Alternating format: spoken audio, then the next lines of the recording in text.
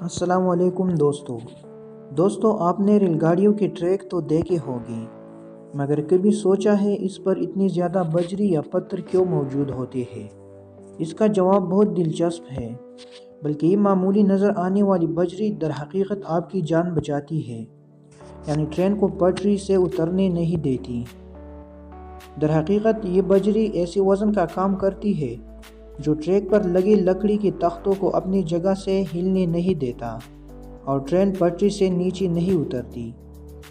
یہ در حقیقت انجینئرز کے لیے ایک چیلنج تھا کہ میلوں تک پہلے اسٹیل ٹریک، جسے ٹرین کے وزن، رفتار اور اس سے پیدا ہونے والی ارتعاش اور حرارت کو برداشت کرنا ہوتا ہے، اپنی جگہ سے ہلنے نہ دے، جبکہ سخت ترین موسم کے ساتھ ساتھ وہاں جھاڑیاں یا پودے اگ نہ سکے۔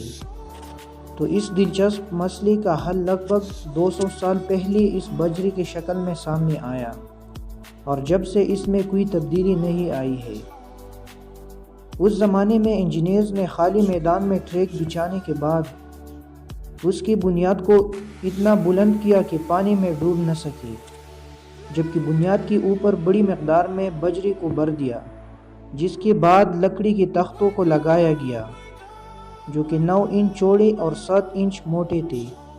ہر ایک میل کے اندر 3249 تختے لگائے گئے۔ ان لکڑی کے تختوں کے درمیان بجری کو بھر دیا گیا۔ پتھروں کے تیز کونے تختوں کو پھسلنے سے روکتی ہے اور وہ اپنی جگہ مضبوطی سے لگے رہتے ہیں۔